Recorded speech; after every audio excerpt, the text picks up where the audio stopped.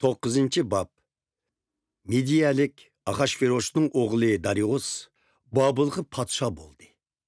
Uning podsholigining 1-yili men Daniel muqaddas yozmalardan Parvardigorning payg'ambar Yeremiyaga vahiy qilgan Yerusalim vayronchilikda 70 yil turishi kerak degan so'zini o'qidim.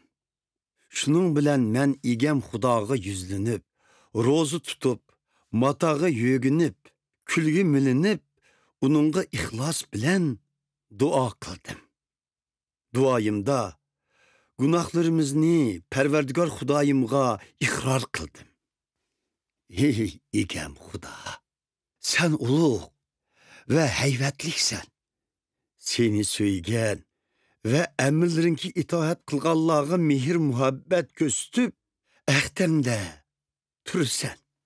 Biz günah ötküzdük ve hatalaştık. Biz yaman yolga mangdık. Sana osilik kıldık. Senin emir fermanlarından çetnep kettik. Senin hizmetkarların boğan peygamberlerinin gipini anlamadık. Ula, senin namın bilen patşalarımızga, yolbaşlarımızga, ecdatlarımızga ve zeminimizdeki barlık kişilerge söz kılgan idi. İyi egem, sen hakkanidirsen. Ama bugün bizden sana itaat kılmaslıkımız sebebidin yakın ve Irak qoğlanğanlarının Yahudiye ve Yerusalim'de turuvatkan barlık İsraillarının yüzümüz nomustan kızarmakta.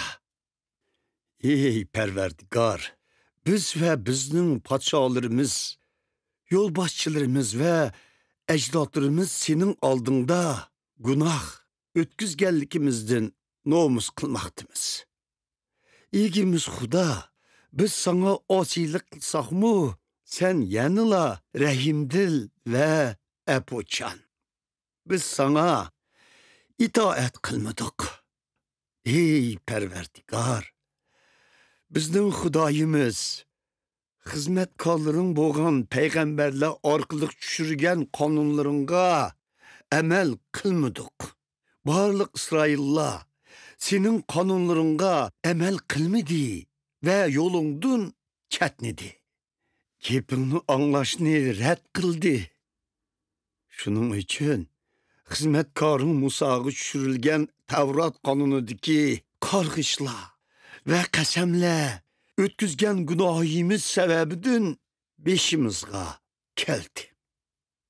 Sen bizge ve bizning yolbaşçılarımızga kılgan sözlerini emeliyette körsettin. Bizge zor bala kazanı yağdırdın.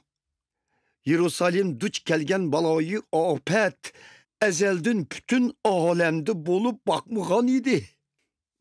Bu balayı afetle Musa peygamber arkalık düşürülgen Tevrat kanunu da yazılgınıdek beşimizga keldi.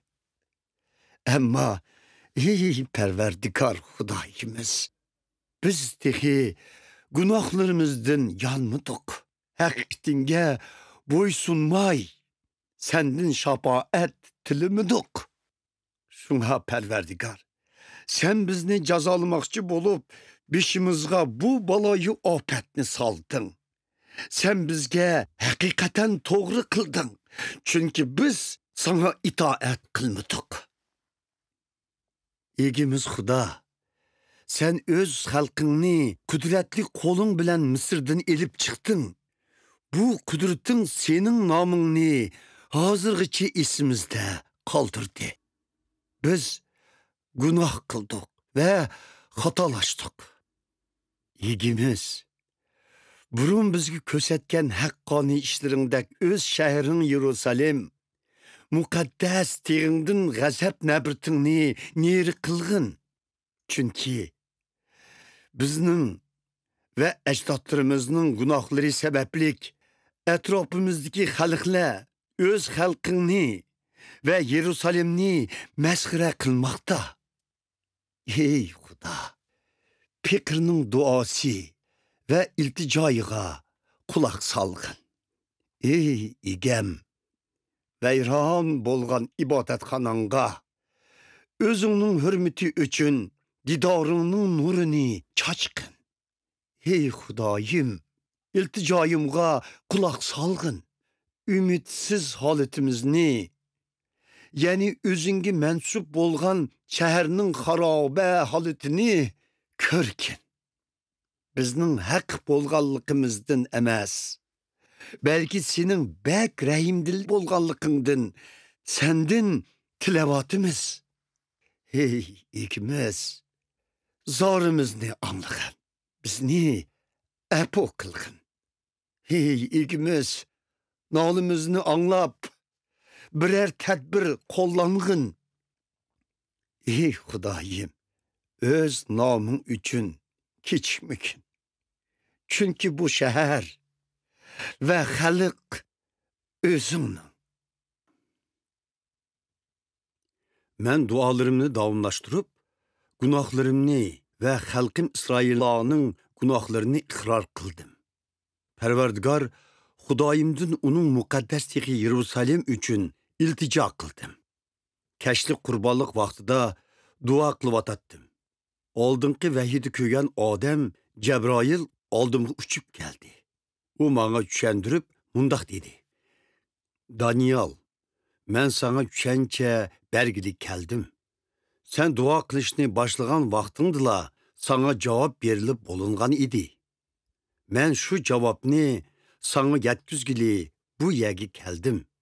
Chunki Xudo seni aziz ko'rdi. Diqqat qilib anglasanglar, vahiyning ma'nosini tushunalaysan. Xalqing va muqaddas shahringning itoatsizligini oxirlashtirishi, gunohini yuyishi, yomonlikni to'xtatishi, mangulik adolat o'rnatishi, vahiydagi beshoratlarning amalga eshishi va muqaddas ibodatxonaning poklanishi uchun 70 karra 7 mezgil bekitildi. Shuni bilib qo'yginki, Yerusalimni qayta qurish buyruqi berilgandan boshlab, toki Xudo tanlagan podshoh dunyoga kelguncha 7 karra 7ga qo'shilgan 62 karra 7 mezgil o'tdi.